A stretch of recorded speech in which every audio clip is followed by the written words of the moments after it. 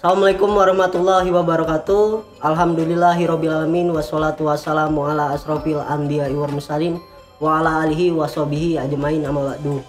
Tugas ini kami buat untuk memenuhi UTS dari mata kuliah Hukum Kapitas Lekta Hukum Tata Negara dengan dosen pengampu Bapak Rudi Santoso, SHI, MHI, MH.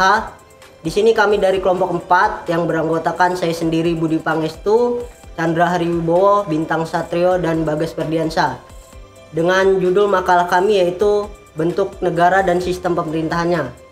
Langsung saja ke materi yang akan disampaikan oleh Saudara Chandra Hariwibowo. Pengertian bentuk negara. Bentuk negara adalah susunan atau organisasi yang ada di negara, yang mencakup daerah, penduduk, dan warga negara. Dengan kata lain, bahwa bentuk negara ini membicarakan tentang dasar negara, susunan negara, dan tata tertib yang ada di suatu negara. Sebenarnya, perbincangan mengenai bentuk negara atau Setformen terkait dengan pilihan-pilihan adalah antara lain: A. Bentuk negara kesatuan atau unitary state. Yang B. Bentuk negara federal atau federal state. Dan yang C. Bentuk negara konfederasi. Sedangkan perbincangan mengenai bentuk pemerintahan berkaitan antara lain bentuk pemerintahan kerajaan atau monarki dan bentuk pemerintahan republik. Sementara itu sistem pemerintahan terkait pilihan-pilihan antara lain ada sistem pemerintahan presidensil, ada sistem presidensil dan juga parlementer. Sistem pemerintahan campuran yaitu presidensil seperti Indonesia pada tahun 1945 yang asli. Kemudian negara dan bentuk pemerintahannya dibagi menjadi 3. Yang pertama, bentuk pemerintahan di mana terdapat hubungan yang erat tentara eksekutif dan legislatif.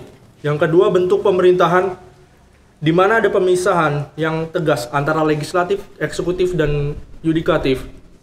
Yang ketiga, ada bentuk pemerintahan di mana terdapat pengaruh dan pengawasan langsung dari rakyat terhadap badan legislatif.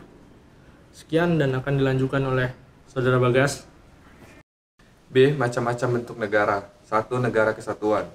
Negara kesatuan adalah negara yang pemerintahan tertingginya dilakukan oleh pemerintahan pusat yang memberlakukan aturan berdasarkan undang-undang yang berlaku. 2. Negara federasi. Bentuk negara federasi ini sangat cocok digunakan oleh negara yang memiliki kawasan yang luas, sehingga untuk dapat melaksanakan semua pemerintahannya secara menyeluruh. 3. Negara konfederasi. Bentuk negara ini adalah bentuk negara yang dibuat tidak permanen, karena adanya perjanjian antara negara yang berkonfederasi untuk tujuan bersama, yaitu mempertahankan kedaulatan. C. Yang selanjutnya itu sistem pemerintahan.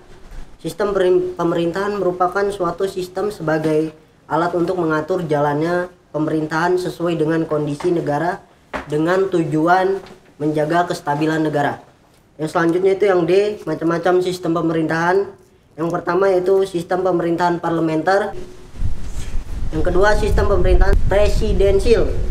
Yang selanjutnya yang ketiga itu sistem pemerintahan presidensil konstitusi. Yang dimaksud dengan sistem pemerintahan ini adalah suatu sistem penyelenggaraan pemerintah negara dilaksanakan oleh presiden.